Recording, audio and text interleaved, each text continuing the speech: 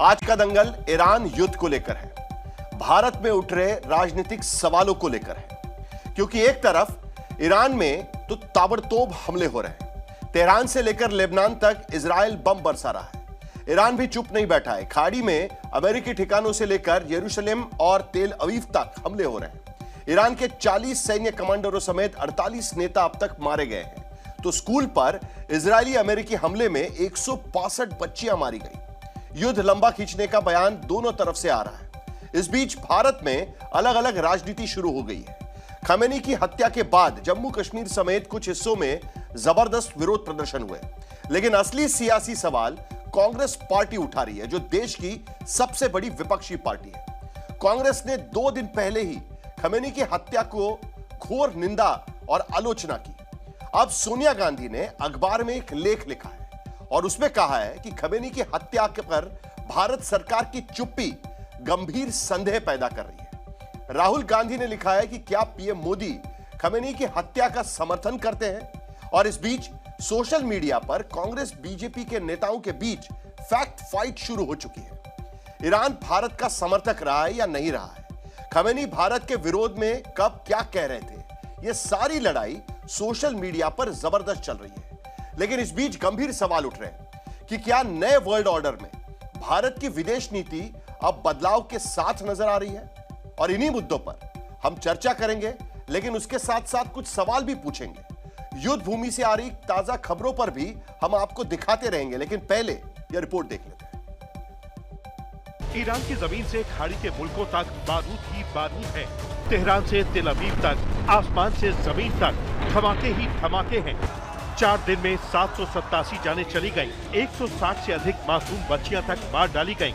मगर युद्ध है कि अभी और संगीन रुख अख्तियार करता जा रहा है। ईरान झुकने को तैयार नहीं, इजराइल थम नहीं रहा, अमेरिका हफ्तों तक जंग लड़ने को तैयार है।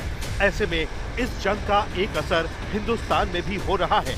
खमेनी की हत्या के बाद भारत में चुनिंदा जगहों पर विरोध प्रदर्शन हुए, खासकर जम्मू कश्मीर में, और पुंछ में तो अब तक बंद रखा गया है।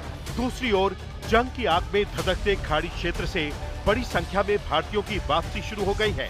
तीसरी ओर बीजेपी की सरकार और कांग्रेस के विपक्ष के बीच विदेश नीति को लेकर सियासत शुरू हो गई है।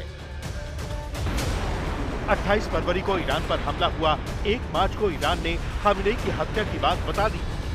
2 मार्च को पहले तो कांग्रेस पार्टी ने सोशल मीडिया पर खमेनी की हत्या की घोर निंदा करते हुए एक पोस्ट किया।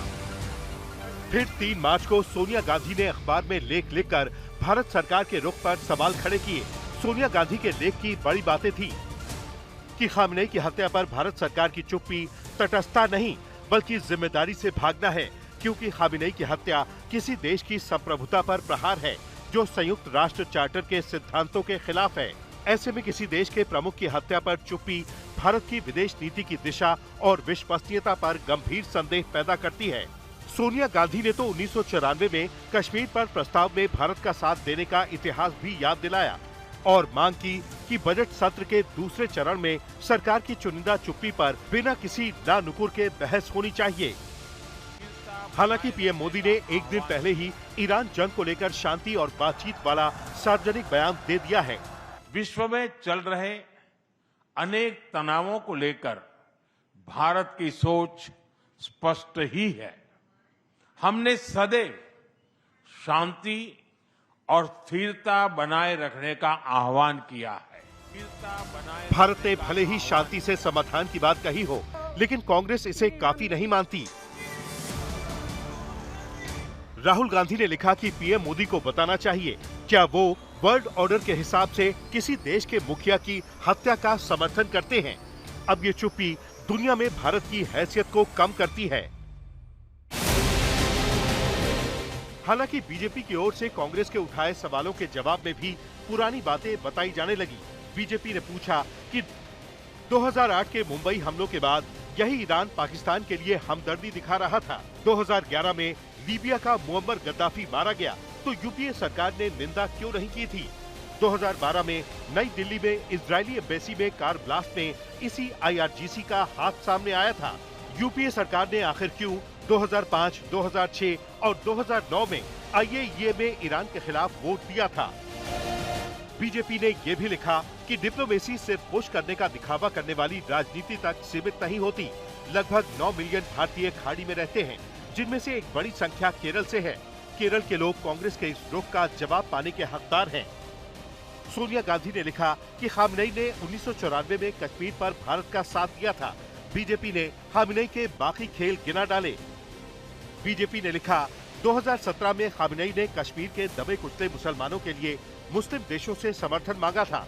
2019 में आर्टिकल 370 हटाने के बाद से 2024 तक 4 बार भारत की तुलना गाजा से की।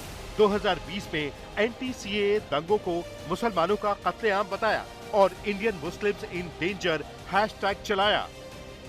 इससे कांग्रेस पार्टी की ये दलील खारिज होती दिखती है, जिसमें खामनेई को भारत का समर्थक बताया गया है।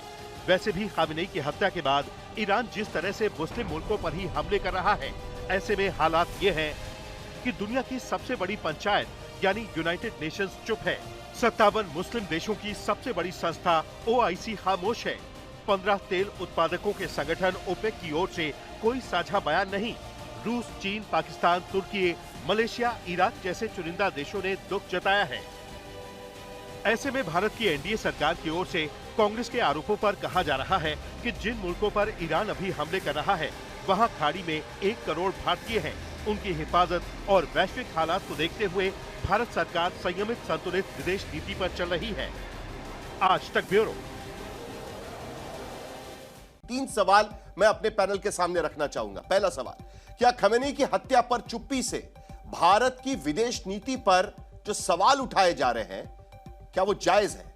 दूसरा सवाल, क्या मौजूदा हालत में भारत को ईरान के समर्थन में खुलकर खड़ा होना चाहिए था, जिस तरीके से कांग्रेस पार्टी उम्मीद कर रही है आज की स्थिति में? और तीसरा सवाल, क्या कश्मीर CAA 370 पर खामेनी का भारत विरोधी रुख, बीजेपी का जो आरोप है कि उन्होंने भारत विरोधी रुख अपनाया था, क्या यह आरोप सही है? ये तीनों सवालों पर हमारे पैनल के साथ में चर्चा करूंगा।